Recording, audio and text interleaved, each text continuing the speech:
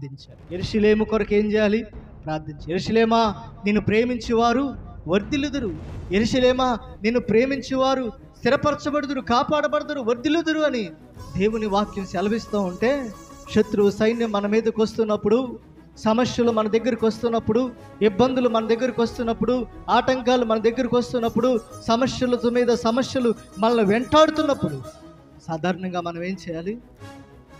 సమస్య తీర్చే దేవుడి దగ్గరికి రావాలి.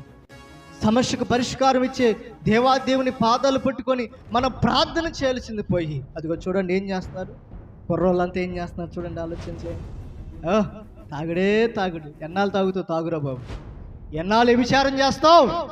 ఎన్నాళ్ళు ఇష్టానుసారంగా జీవిస్తావు, ఇష్టానుసారంగా బ్రతుకుతావు, భయము భక్తి లేకుండా.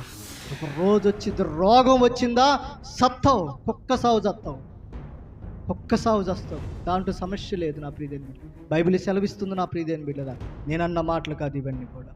ఈరోజు నా ప్రియదేని బిడ్డ కన్ను మిన్ను కాన్ రాకుండా, దేవుని భయం భక్తి లేకుండా, రక్షించబడి కూడా బాప్టిజం తీసుకొని కూడా ఈరోజు చాలామంది ఇదే తప్పుడు పనులు, ఇదే విషయాలు, ఇదే పనులు చేస్తుంటే దేవుడు ఊరుకుంటాడు? చూడండి, నీ యజమాని ఇంటికి అవమానము తెచ్చిన వాడా, అక్కడిని నీవు మృతి పొందిదవు, నీ ఘనమైన రథములు అక్కడనే పడిపోవును.